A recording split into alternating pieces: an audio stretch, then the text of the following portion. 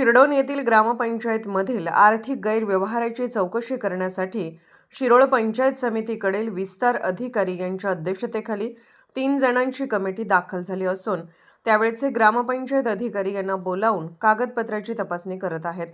Bogus bill दाखवून कोण रक्कम हडप केले त्यांचे धाबे दणाणले असून गावात उलटसुलट चर्चा केली जात आहे।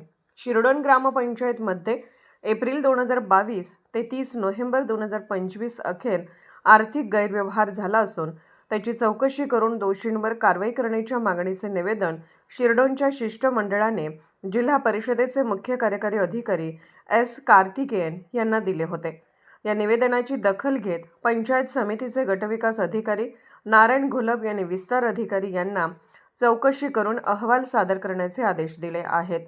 त्यानुसार विस्तार अधिकारी रवी कांबळे, ग्रामपंचायत अधिकारी विलास फुलाने, ग्रामपंचायत अधिकारी नंदकुमार निर्मळे या त्रिसदस्य कमिटीने चौकशी सुरू केली आहे।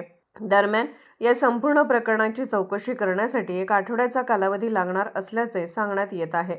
कमिटी चौकशी अहवाल गटविकास अधिकारी यांना सादर करतील। त्यानंतर गटविकास अधिकारी जिल्हा परिषदेचे मुख्य कार्यकारी अधिकारी यांना सादर करतील आणि या प्रकरणात दोषी आढळल्यास त्यांच्यावर कारवाई होण्याची शक्यता आहे।